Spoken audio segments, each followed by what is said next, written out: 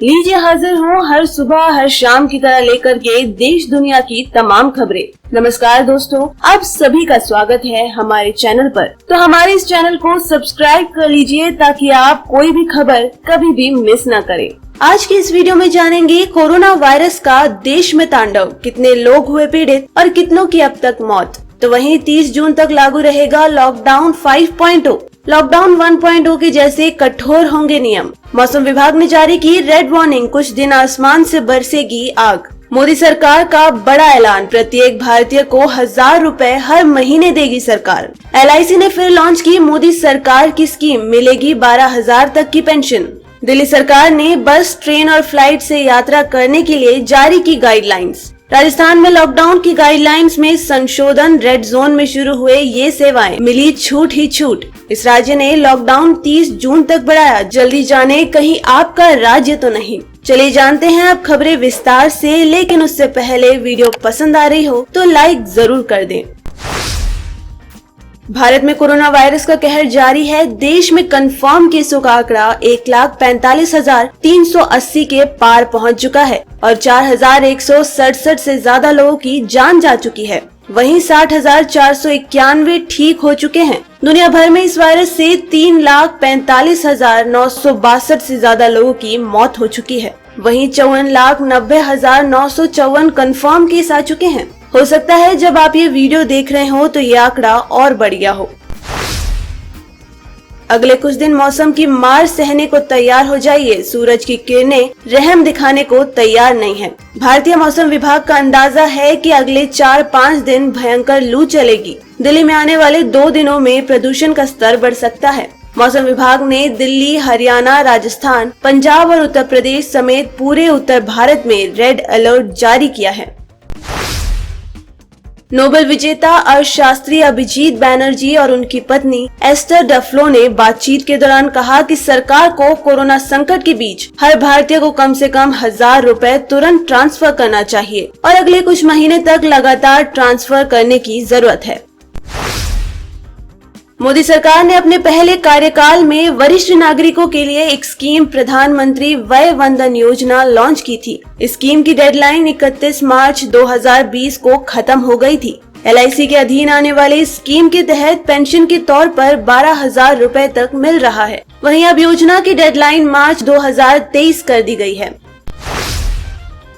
दिल्ली सरकार के स्वास्थ्य विभाग ने घरेलू यात्रा करने के लिए सोमवार को नई गाइडलाइंस जारी कर दी है। ये गाइडलाइंस फ्लाइट, बस और ट्रेन के द्वारा यात्रा करने के संबंध में है। गाइडलाइंस के मुताबिक कोविड-19 के प्रसार को रोकने के लिए घरेलू उड़ानों, ट्रेन और अंतर्राज्यीय बस के यात्रियों के आरोग्य सेतु ऐप डाउनलोड करने, मास्क लगाने और हैंड सैनिटाइजर लेकर चलने को कहा है।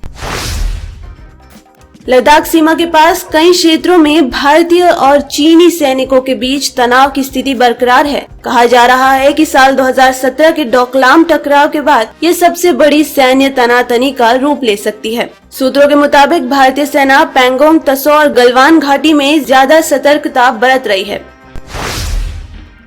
राजस्थान में संशोधित गाइडलाइंस के मुताबिक राज्य में पान, गुटखा और तंबाकू आदि की बिक्री शुरू हो सकेगी। रेड जोन वाले इलाकों में टैक्सी, ऑटो और कैब की सेवाओं को बहाल कर दिया गया है। वहीं रेड जोन इलाकों में सुबह 7 बजे से शाम 6:45 तक सार्वजनिक पार्कों को खोलने की भी अनुमति दे दी गई है। रेड जोन के बाहर सैलून और ब्यूटी पार्लर के दोबारा संचालन की भी अनुमति दे दी गई है।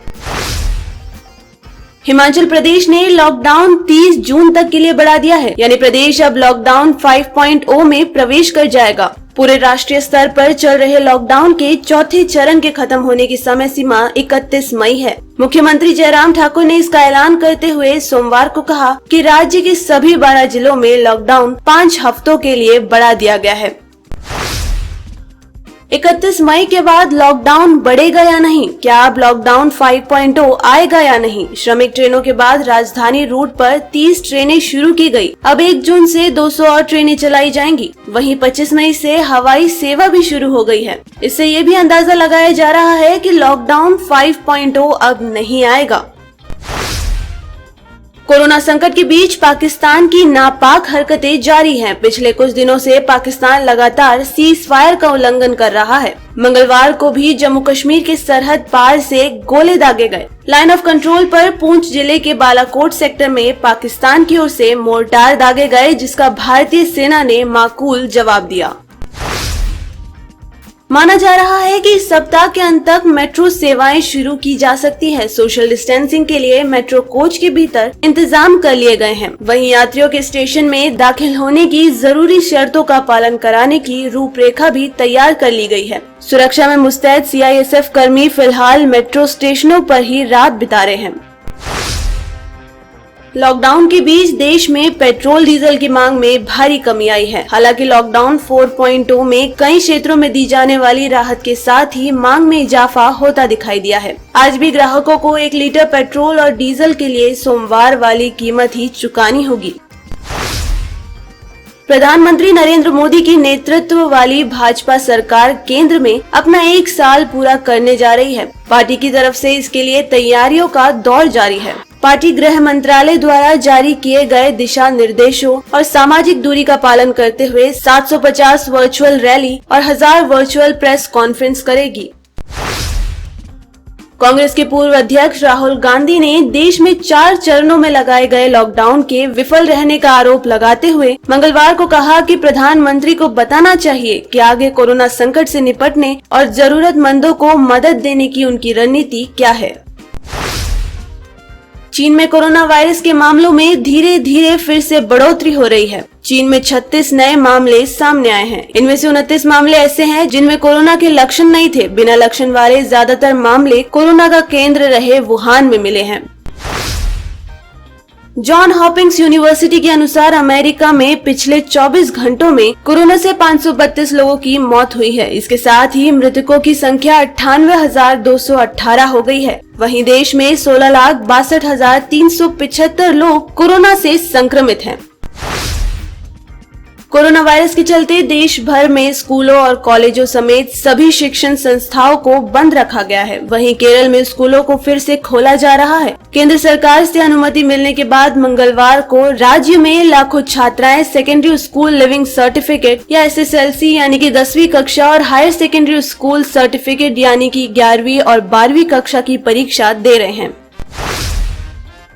देश इन दिनों कोरोना वायरस संकट से जूझ रहा है। इस खतरनाक वायरस को लेकर सबसे बुरी स्थिति महाराष्ट्र में है, लेकिन राज्य में सियासी गर्मी भी तेज हो गई है। एक और बीजेपी नेता ने जहां राज्यपाल से मुलाकात कर राष्ट्रपति शासन लगाने की मांग की, वहीं दूसरी ओर महाराष्ट्र के CM उद्धव ठाकरे के घर एक गुप्त बैठक हुई है। इस बैठक के बाद से राज्य में सियासी हलचल अचानक तेज हो गई है। निजामुद्दीन मरकज मामले में दिल्ली पुलिस मंगलवार को चार्जशीट फाइल करेगी। साकेत कोर्ट में दिल्ली पुलिस की क्राइम ब्रांच 20 देशों के 83 तबलीगी जमात के सदस्यों के खिलाफ चार्जशीट पेश करेगी। बताया जा रहा है कि चार्जशीट में मरकज ट्रस्ट मैनेजमेंट का नाम भी शामिल है। देश में जारी कोरोना वायरस के महासंकट के बीच मंगलवार को कांग्रेस नेता राहुल गांधी ने मीडिया से बात की। इस दौरान राहुल गांधी से बीते दिनों नेपाल और चीन के बॉर्डर पर जारी तनाव को लेकर सवाल दागा गया, जिस पर उन्होंने कहा कि सच क्या है, नेपाल के साथ क्या हुआ, लद्दाख में कैसे हैं हालात। सरकार को ये सारी बातें देश के सामने रखना चाहिए। तो दोस्तों, ये रही आज की खास खबरें। तो इसी तरीके से आपके लिए हर सुबह 6 बजे और शाम 7 बजे ये खबर हम यूं ही लाते रहेंगे। तो इन सारी खबरों के साथ आपको किस खबर के बारे में क्या है कहना, क्या है आपकी राय, प्लीज शेयर करें। साथ ही आपने इस वीडियो को पूरा देखा है तो प्लीज अपना नाम कमेंट सेक्शन में जरूर लिखें, ताकि हमें पता चले कि आपने इस वीडियो को पूरा देखा है। आपको खबरें अच्छी लग रही हैं, आप इन्हें पसंद कर रहे हैं तो प्लीज कमेंट बॉक्स में लिख भेजिए। फिर मिलते हैं कल, तब तक के लिए धन्यवाद।